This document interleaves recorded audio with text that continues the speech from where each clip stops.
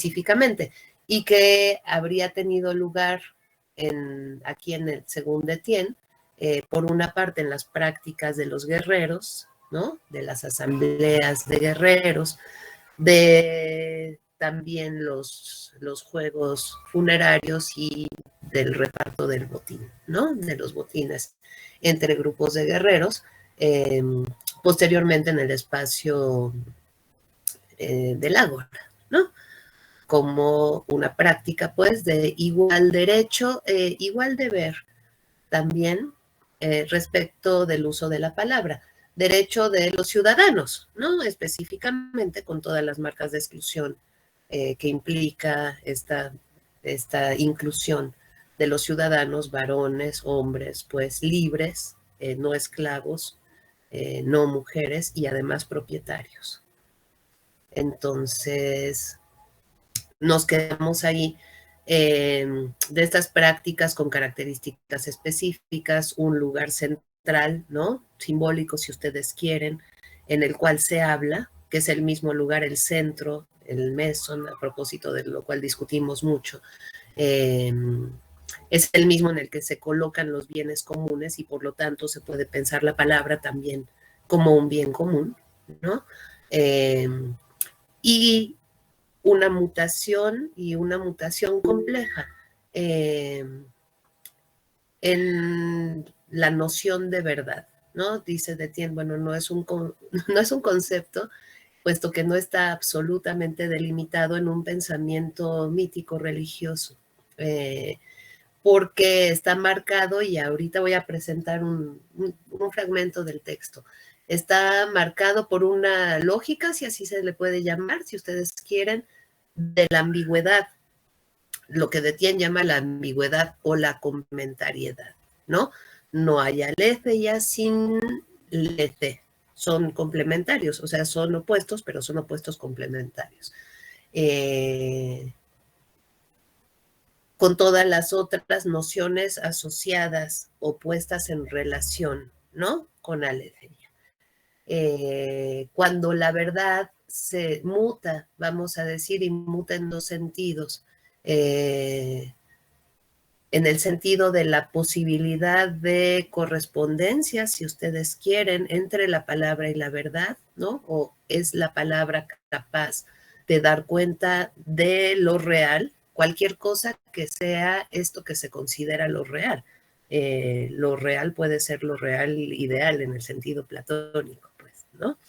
Pero se corresponde, pues, con lo real, por una parte.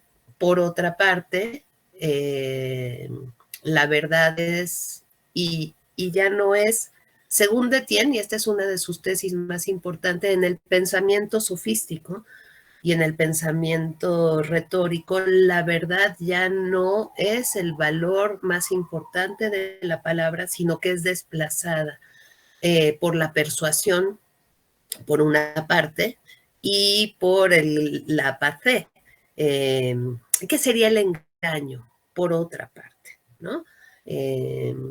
Ya haremos estructura cuando estemos discutiendo a propósito de la retórica. Lo que vamos a ver en Fedro es que hay una discusión con los dos sistemas de pensamiento. Por una parte, con el pensamiento mítico, y a eso vamos con la lectura de la primera parte del texto, ¿no? Por otra parte, con los usos sofísticos del discurso. Y con este uso en particular que valora la doxa por encima de la episteme en el ámbito político. Pasa también históricamente que y realmente de lo que habla de Etienne es de las filosofías como sectas, vinculadas también al pensamiento religioso, no se nos olvide este carácter, ¿no? No es puro pensamiento racional si entendemos la racionalidad en el sentido moderno, ¿no? Y la verdad como la pensó o como la planteó de Etienne en el sentido de la experimentación, de la prueba, etcétera. Eso es muy reciente en la historia. Entonces, hay una herencia filosófica de la figura, vamos a decir, o hay una, mejor que una herencia, hay una apropiación de la figura de la autoridad, que era una figura religiosa, justamente, ¿no? Una figura en este sistema de pensamiento mítico religioso. Por eso les decía que la mutación es compleja, ¿no? De acuerdo con Detienne, Aletheia ya no sería el objeto del pensamiento sofístico y retórico, ¿no? Sería la persuasión, sería no su opuesto, porque en el pensamiento sofístico se conserva esta ambigüedad, digamos, pero no ya respecto a Aletheia, sino respecto a Peito y a Patés, ¿no? Por una parte. Y por otra parte, hay un planteamiento de la verdad en el sentido ontológico y epistemológico en las sectas religiosas que se apropia de esta autoridad, ¿no? Pero que es una autoridad que ya no se puede fundar en un pensamiento mítico religioso. Y además es un tipo de práctica, esta de las sectas filosóficas, que tiene que rendir cuentas al pensamiento y a la práctica política de las ciudades, como sabemos en el caso de Sócrates, ¿no? Entonces ahí está la complejidad de la historia de la verdad, ¿no? Y los conceptos asociados. Déjenme presentarles este pequeño fragmento, nada más. Sí, Daniel, iguales y semejantes, justo.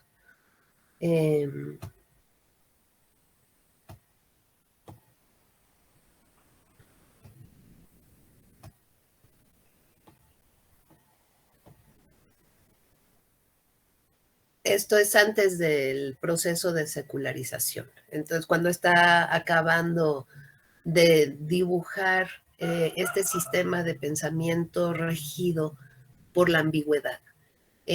Dos conclusiones, dice Detienne, pueden extraerse de esta ambigüedad fundamental. Por una parte, el maestro de verdad es también un maestro del engaño. Poseer la verdad es también ser capaz de engañar.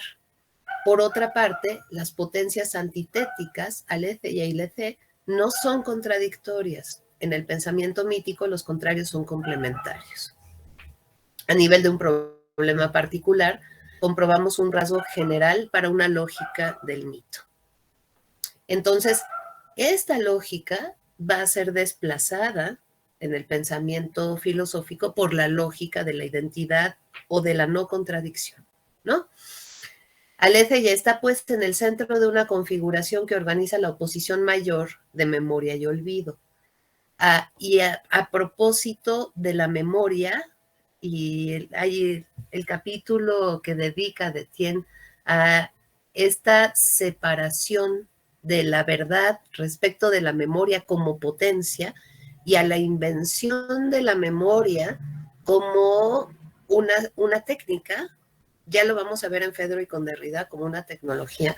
Ese capítulo es muy interesante también, entonces por eso les digo, no quiero dejar el texto, ¿no? Lo vamos citando a medida que vayamos leyendo Fedro. Bueno, a esta pareja fundamental responden parejas particulares como alabanza y desaprobación o más generales como día y noche.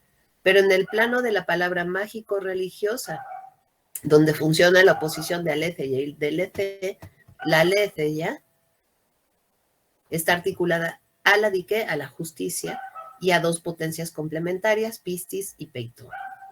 A nivel del pensamiento mítico, la ambigüedad no presenta problemas, ya que todo este pensamiento obedece a una lógica de la contrariedad, cuya ambigüedad es un mecanismo esencial. Pero si encontramos en Hesíodo, por ejemplo, una suerte de traducción conceptual de la ambigüedad, es porque la ambivalencia comienza a ser problema en un pensamiento que, sin ser ya mítico, aún no es racional, un pensamiento de algún modo intermedio entre la religión y la filosofía. Por definición, la palabra es un aspecto de la realidad, es una potencia eficaz. Pero la potencia de la palabra no está solamente orientada hacia lo real, está inevitablemente orientada hacia el otro. No hay aletheia sin peito. Esta segunda forma de la potencia de la palabra es peligrosa, ya que puede ser la ilusión de lo real. Esto se formula muy enfáticamente en los diálogos platónicos. Muy pronto se despertará una inquietud. Está la seducción de la palabra que puede hacerse pasar por la realidad. El logos puede imponer al espíritu humano objetos que se asemejan a la realidad hasta el punto de confundirse y que no son, sin embargo, perdón, más que una vana imagen. Pero esta inquietud que resume en algunos versos de Siodo o Píndaro no se convertirá en un problema fundamental más que para un pensamiento capaz de plantear el tema nuevo, inédito, de las relaciones entre la palabra y la realidad. Por lo que respecta a la filosofía. Si intentamos formular la problemática inmanente de algún modo en una concepción de la palabra en la que la ambigüedad es un carácter fundamental, podemos decir que la ambigüedad de la palabra es el punto de partida de una reflexión sobre el lenguaje como instrumento y sobre el carácter instrumental del lenguaje también me gustaría seguir discutiendo, ¿no? En el texto de Derrida se muestra, en primer lugar, la imposibilidad, el carácter paradójico en el planteamiento de una lógica de la identidad o de la no contradicción. En segundo lugar, y a partir de una discusión centrada en las diferencias entre la palabra hablada y la escritura, y que califica a la escritura o que dice de la escritura que es una técnica. Entonces, la discusión a propósito de la palabra como una técnica o como una tecnología que se valora como inferior a un tipo de conocimiento, vamos a decir, a un tipo de práctica del pensamiento, del logos, que tendría acceso a la realidad. Bueno, entonces sobre el carácter instrumental del lenguaje y las distintas determinaciones de la instrumentalidad, me gustaría también que siguiéramos, ¿no? A lo largo de la lectura de los textos con esta discusión. Entonces, sobre el lenguaje como instrumento, que el pensamiento racional va a desarrollar en dos direcciones diferentes, pero serían igualmente instrumentales desde el punto de vista de Detienne. Por una parte, el problema del poder de la palabra sobre la realidad, tema esencial para toda la primera reflexión filosófica. Por otra parte, el problema del poder de la palabra sobre el otro, perspectiva fundamental para el pensamiento retórico y sofista. Aletheia se halla, por tanto, en el corazón de toda la problemática de la palabra en la Grecia arcaica. Las dos grandes tendencias van a definirse en relación a ella, sea rechazándola, sea haciendo de la misma un valor esencial, ¿no? Rechazándola en el sentido de la sofística y de la retórica, porque la persuasión y el engaño, vamos a decir, estas fuerzas van a ocupar el centro de la reflexión. Entonces, aquí dejo a Detienne. Déjenme cerrar este.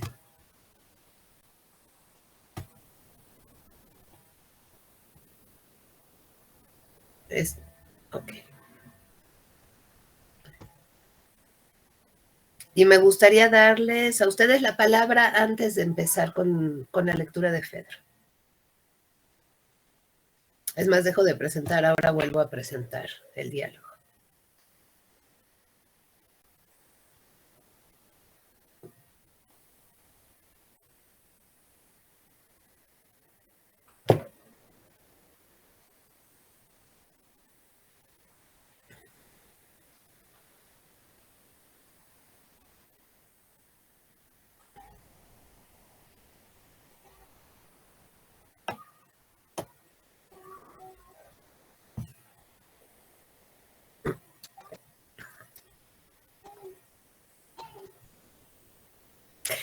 Siempre las tomo y los tomo por sorpresa, ¿verdad? Así de repente, ¡hablen! ¡No!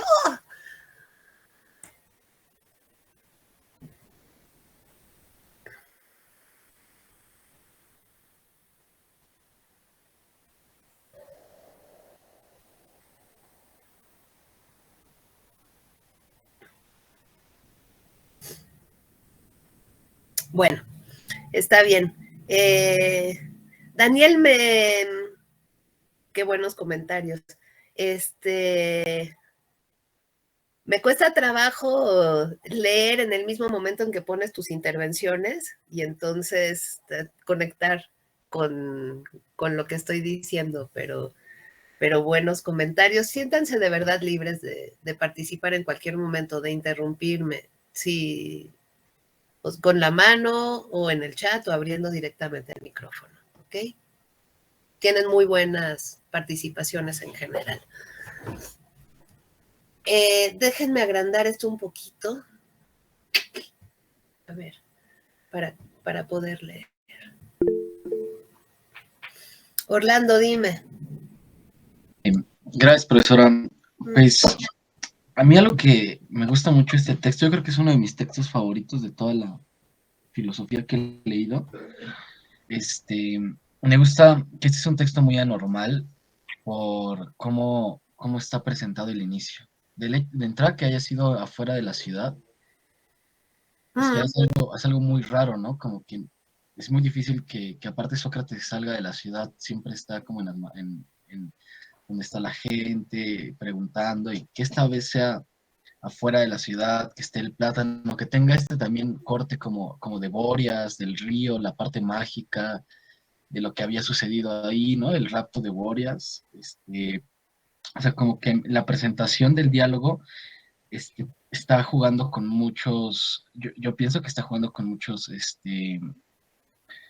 pues, ¿cómo decirlo? O sea, la presentación material tan solo, del lugar, ya está, se me hace muy sugerente para lo que se trata, lo que viene después, ¿no? Lo que empieza a tratar como la persuasión, como salirse de la ciudad y empezar a abordar lo que es como el arte de persuadir con el discurso del amor que presenta este,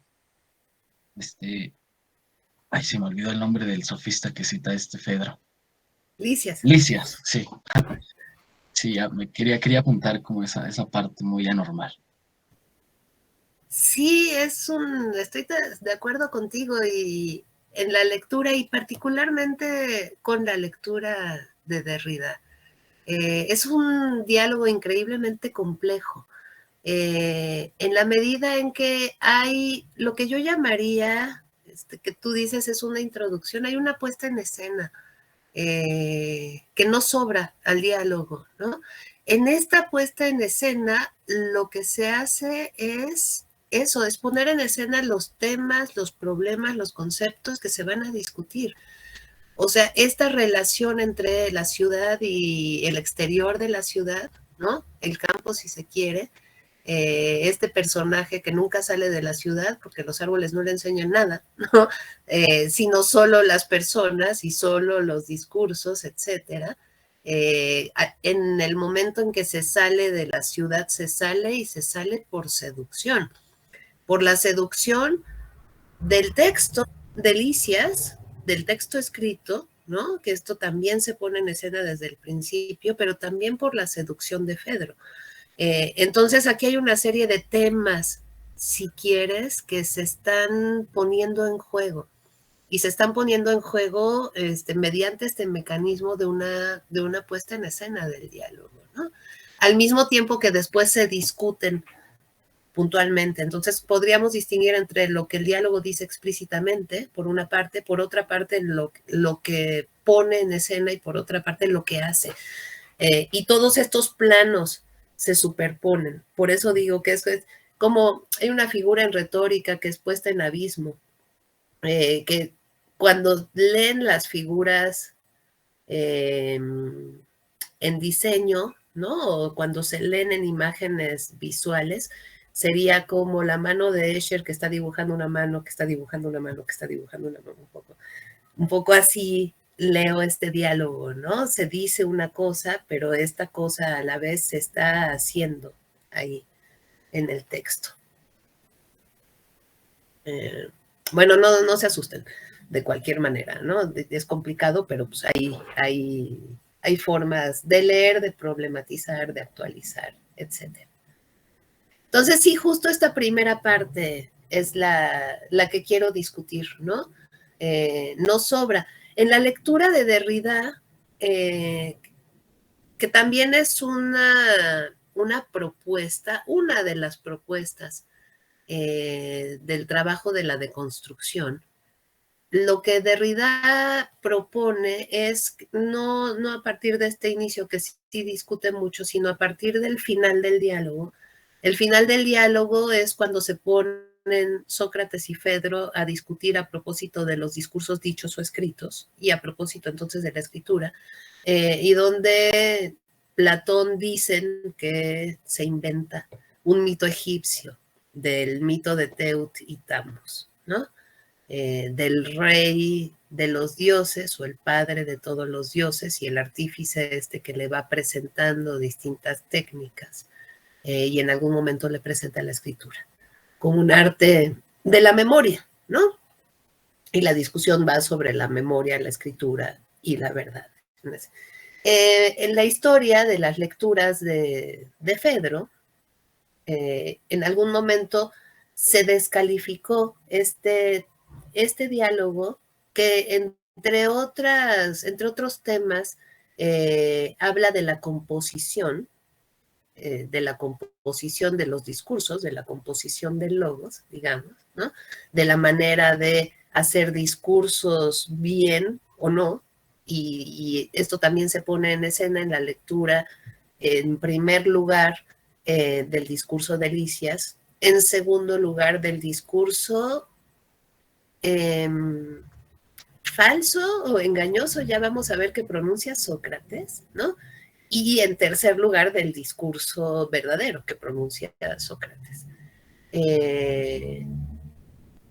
Entonces, se dijo de este diálogo que estaba mal compuesto, justamente, y uno de los fundamentos, estaba mal compuesto, se burla un poco de Derrida, porque según los primeros intérpretes, Platón estaba demasiado viejo, ¿no? Cuando lo escribió, según los otros, porque estaba demasiado joven, pero como sea, un discurso a propósito de la composición de los discursos estaba mal compuesto, ¿no? La propuesta de Derrida es leer todo el diálogo a partir de esta última parte, que es como un agregado, un suplemento, algo extra al diálogo, y ir mostrando cómo esto interviene todo el curso del diálogo, ¿no? Toda la problematización, no quiero decir todo el argumento, porque no tiene en todo momento la forma de un argumento, es un diálogo, pero con distintos elementos discursivos, intervienen también mitos, ¿no?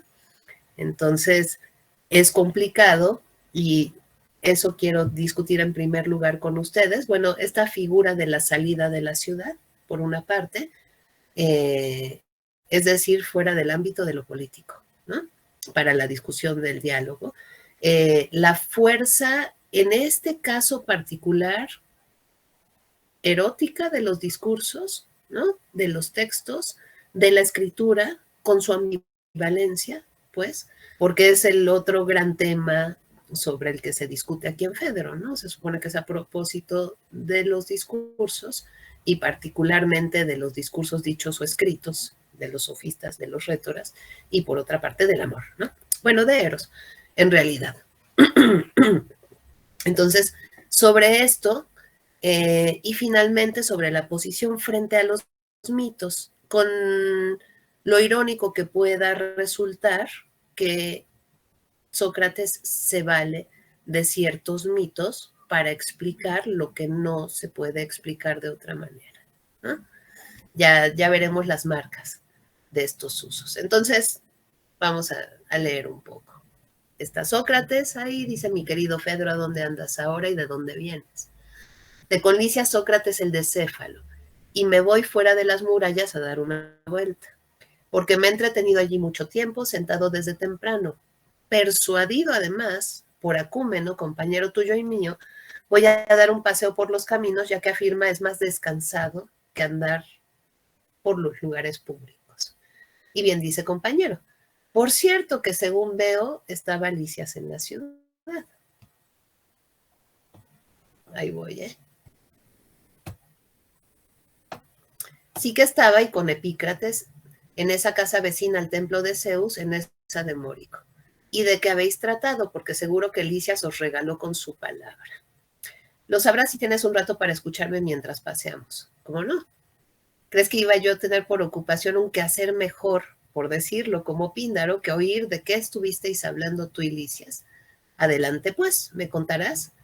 Y es que además, Sócrates, te interesa lo que vas a oír, porque el asunto sobre el que departíamos era un si es, no es erótico.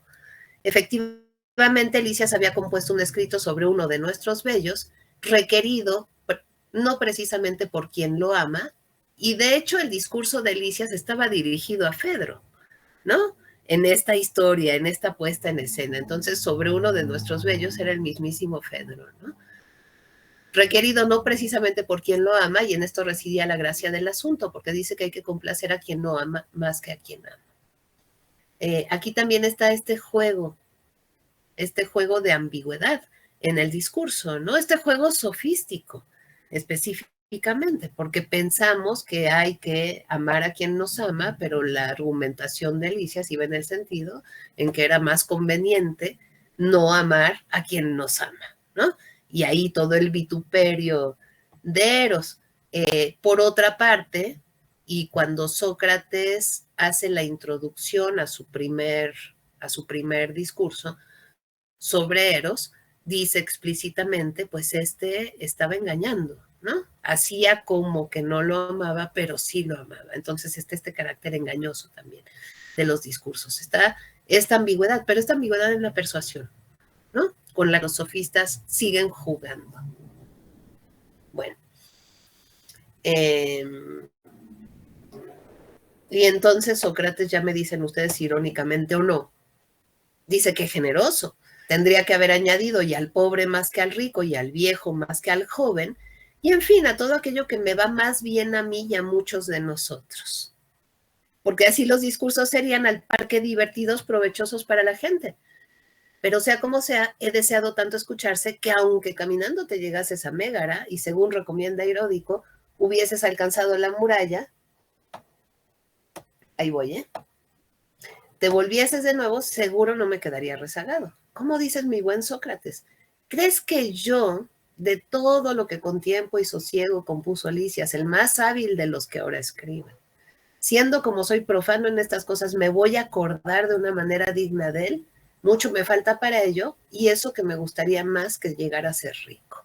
Entonces, el tema, el campo, el segundo que se empieza a discutir aquí, que se introduce aquí, es el de la memoria. Y justamente en relación con la escritura, ¿no? O sea, y además me puedo comparar con el más hábil de los que ahora escriben, de los logógrafos, ¿no? Es la figura que se discute. Los logógrafos, dice Derrida en este momento histórico, escribían discursos por encargo, ¿no?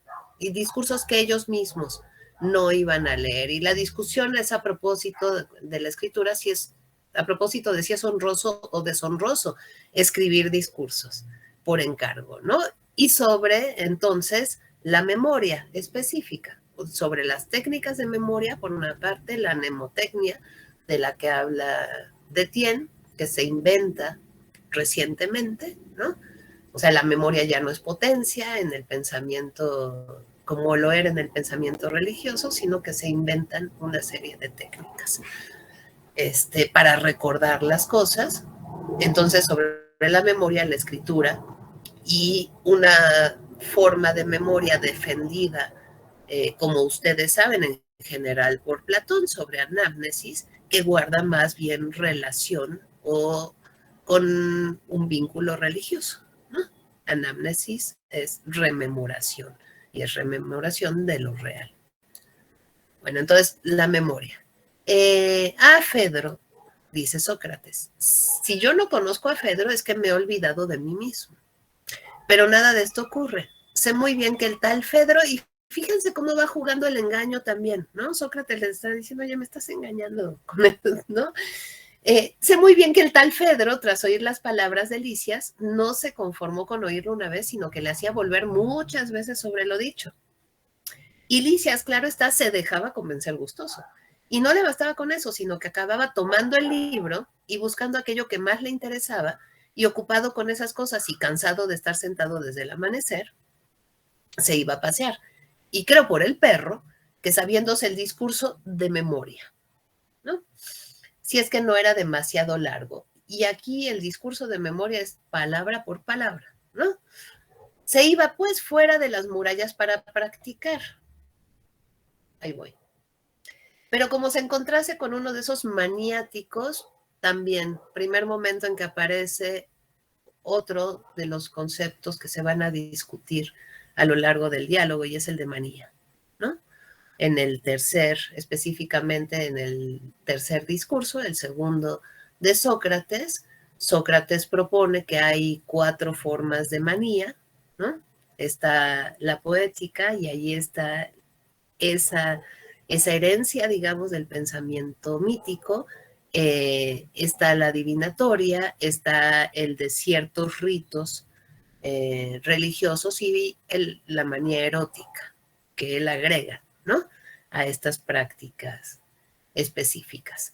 Y llega el momento de la puesta en escena en que Sócrates se contagia de esa manía y se contagia por el poder de seducción de la palabra y de la palabra escrita, ¿no?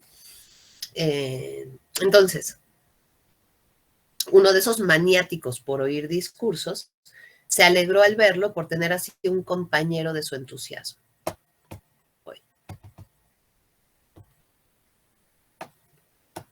Y le instó a que caminasen juntos. Sin embargo, como ese amante de discursos le urgiese que le dijese uno, se hacía de rogar como si no estuviese deseando hablar. Si por el contrario nadie estuviera por oírle de buena gana, acabaría por soltarlo a la fuerza.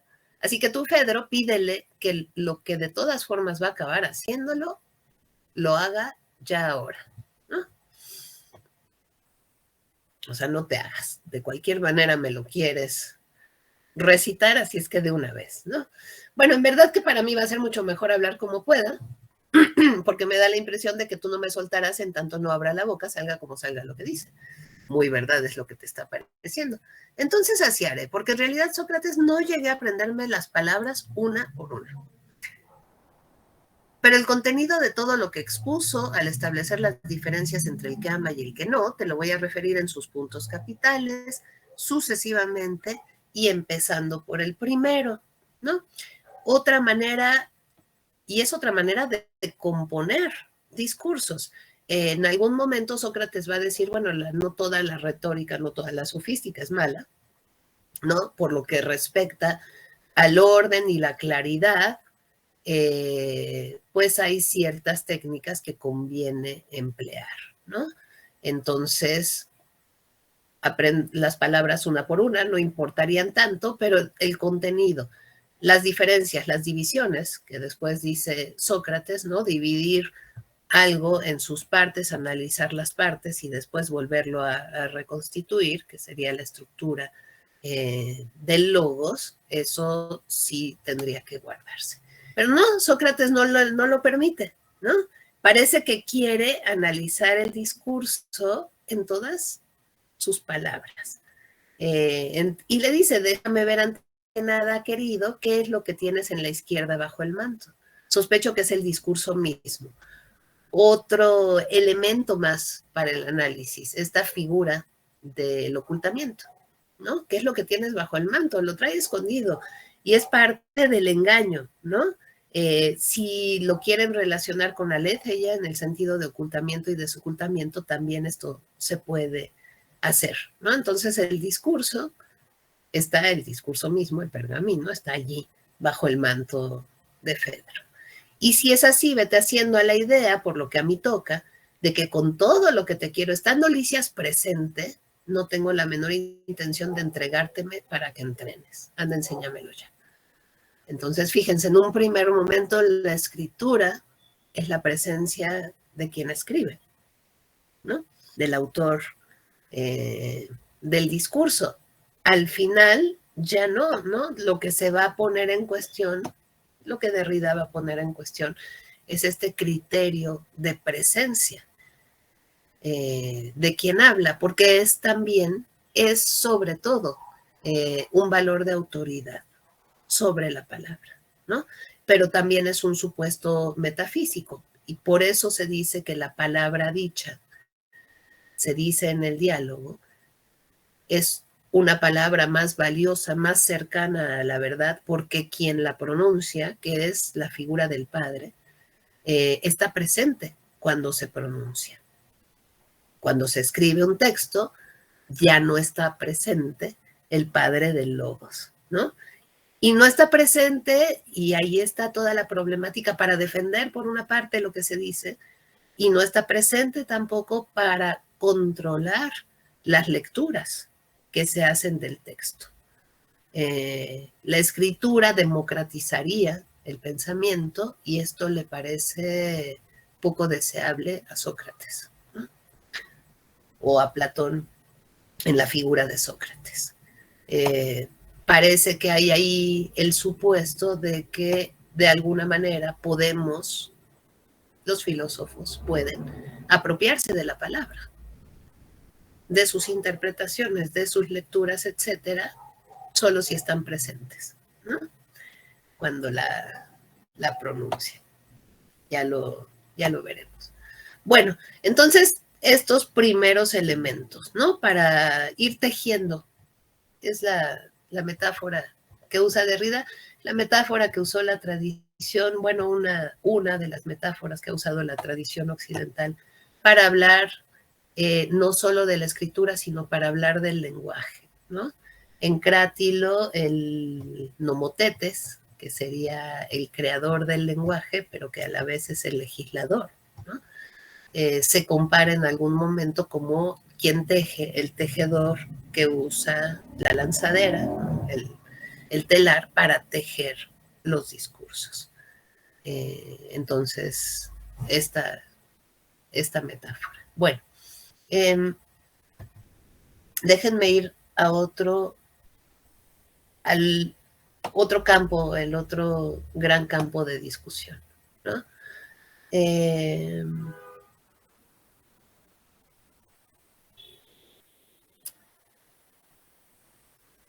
Bueno, entonces encuentran ahí un lugar. Dice Sócrates por era, hermoso rincón con este plátano tan frondoso y elevado. No sé si me brinqué la parte del mito. Sí, me lo brinqué. Ahora voy a esa otra. Bueno,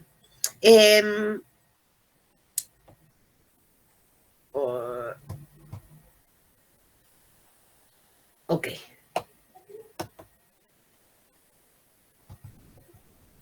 Bueno, encuentran el plátano, famoso. ¿Ves aquel plátano tan alto? Sócrates, ¿cómo no?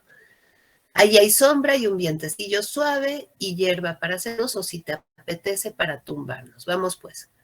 Dime, Sócrates, ¿no fue por algún sitio de estos junto al Iliso donde se cuenta que Bóreas arrebató a Oritilla? Sí que se cuenta.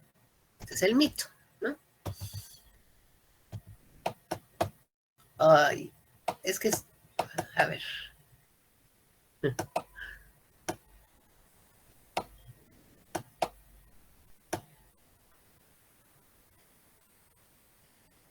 Entonces fue por aquí, grata pues y límpida y diáfana parece la corriente del arroyuelo, muy a propósito para que jugueteen en ella unas muchachas. Una virgen, en realidad, ¿no? Y farmaceia.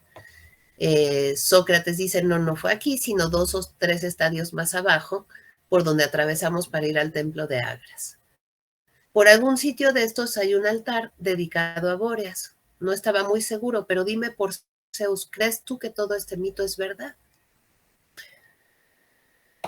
Y aquí vayan pensando en cómo interpretar esta respuesta, por favor, que quiero que la discutamos. Si no me lo creyera, dice Sócrates, como hacen los sabios, no sería nada extraño. Diría, en ese caso, haciéndome el enterado, que un golpe del viento Bóreas la precipitó desde las rocas próximas mientras jugaba con Farmacia, y que habiendo muerto así, fue raptada, según se dice, por el Bóreas, ¿no? Simplemente entonces a una muchacha la tiró el viento, la empujó el viento y así murió. Hay otra leyenda que afirma que fue en el aerópago y que fue allí, no aquí donde la raptaron. Pero yo, Fedro, considero por otro lado que todas esas cosas tienen su gracia, solo que parecen obra de un hombre ingenioso, esforzado y no de mucha suerte. No muy afortunado, pues, ¿no? En el propósito de hacer verosímiles todas esas leyendas, todos esos mitos. Porque mira que tener que andar enmendando la imagen, ¿no? Enmendando, es decir, reparando la imagen de los centauros y además la de las quimeras, y después le inunda toda una caterva de gorgonas y pegasos y todo ese montón de seres prodigiosos, aparte del disparate de no sé qué naturalezas teratológicas, ¿no? Todos esos monstruos. Aquel pues que dudando de ellas trata de hacerlas verosímiles, una por una, usando de una especie de elemental sabiduría, necesitaría mucho tiempo. A mí la verdad no me queda en absoluto para eso, y la causa, oh querido, es que hasta ahora, y siguiendo la inscripción de Delfos, no he podido conocerme a mí mismo. Me parece ridículo, por lo tanto, que el que no sabe todavía se ponga a investigar lo que ni le va ni le viene. Por ello, dejando todo eso en paz y aceptando lo que se suele creer de ellas, no pienso como dejando todo eso en paz traduce mandando de paseo. Lo anoto porque sobre eso discute Derrida en su interpretación, ¿no?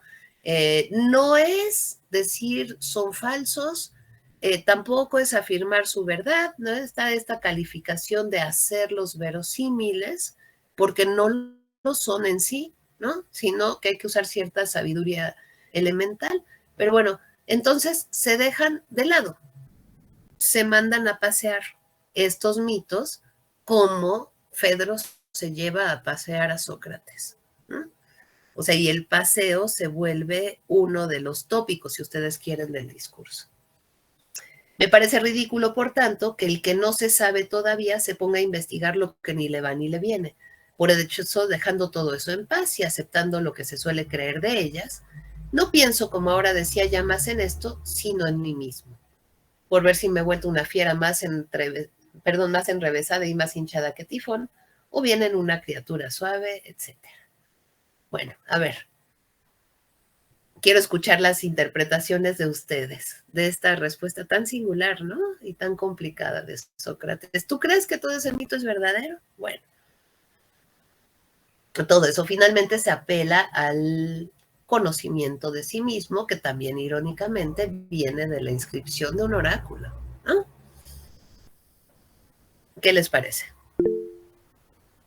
Sí, Francisco. De lo que entiendo yo es que Sócrates pone en la mesa que hay cosas más importantes en los cuales pues, gastar el pensamiento que en si creencias son o no son verdaderas, que van más allá de lo que le incumbe pues al conocimiento del ser, de uno mismo. Entonces, esa es como mi interpretación de lo que he leído. Claro, ¿quién más? Sí, y hasta más allá, ¿no? O sea, lo que se está haciendo es desplazar la verdad. Y la verdad entonces ahora se pone, digamos, en el conocimiento del sí mismo. Se desplaza hacia el autoconocimiento, ¿no? Y no al conocimiento de todos estos relatos que estructuraban la vida social. O sea, su verdad no se pone en cuestión en el sentido de la adecuación, porque la concepción de la verdad no era la de la adecuación con lo real. Lo que estructuraban los mitos eran las relaciones específicas, las relaciones de pensamiento. Entonces aquí está la mutación en la noción de la verdad, ¿no? Entre otras cosas. Ahora, ¿qué decir de esta especie de elemental sabiduría que explica? Y este elemental también es no muy elaborada, es decir, también tiene un valor de inferioridad, ¿no? Que es una interpretación que hace verosímil un relato desde una explicación, diríamos ahora, meramente empírica, ¿no? No voy a hablar de Bóreas, de la potencia religiosa, ¿no? Voy a hablar del viento. Y entonces pudo haber pasado que el viento empujara a una muchacha mientras jugaba, ¿no?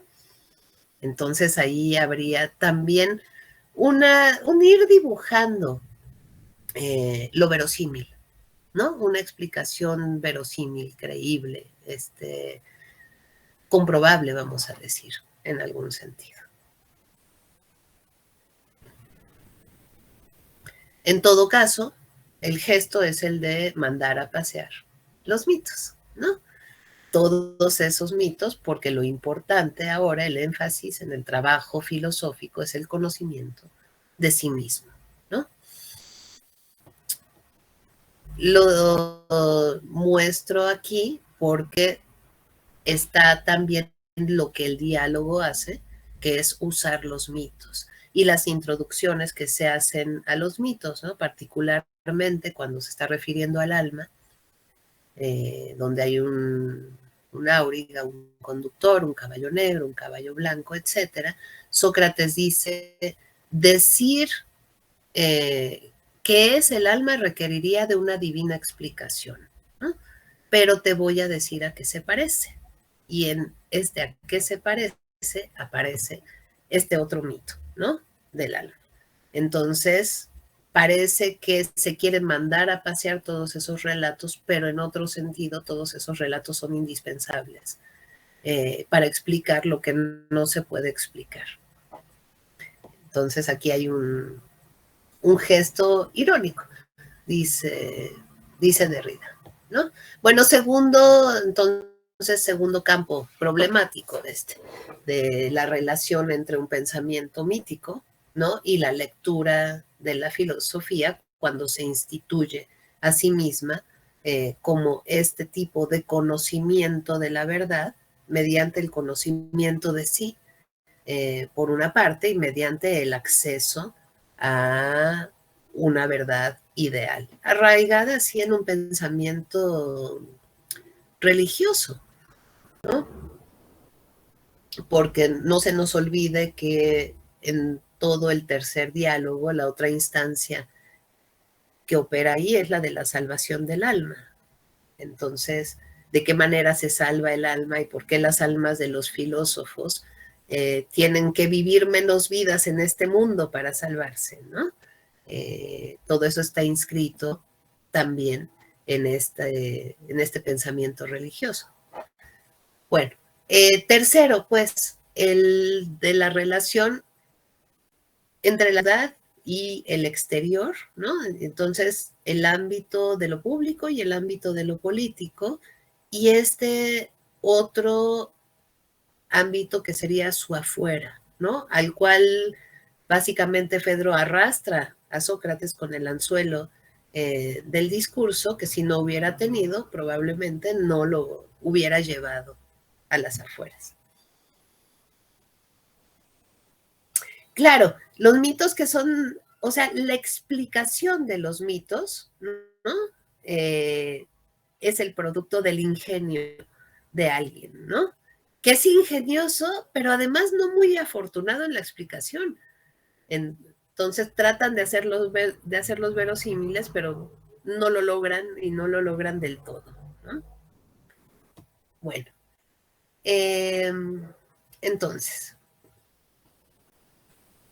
entonces se van a sentar abajo del árbol, ¿no? Y dice Sócrates,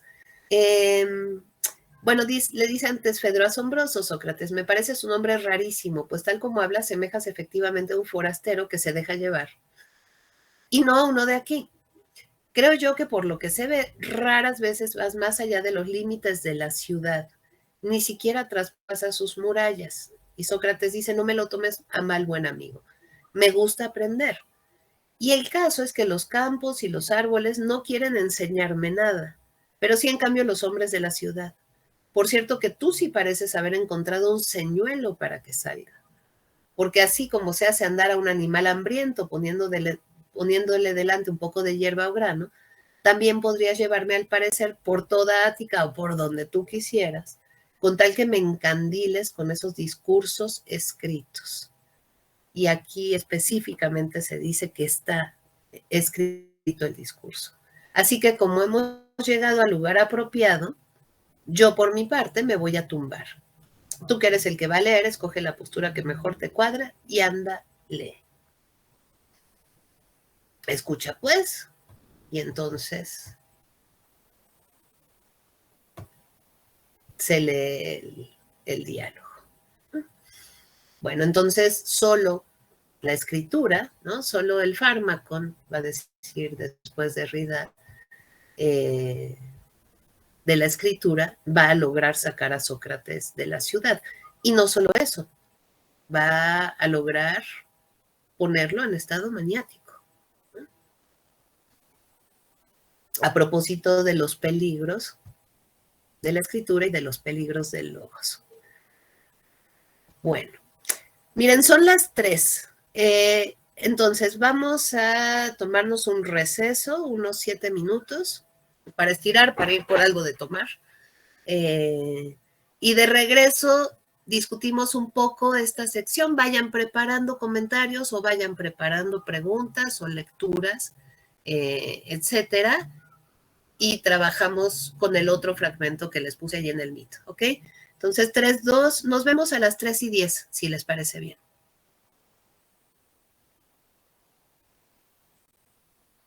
Sí, maestra.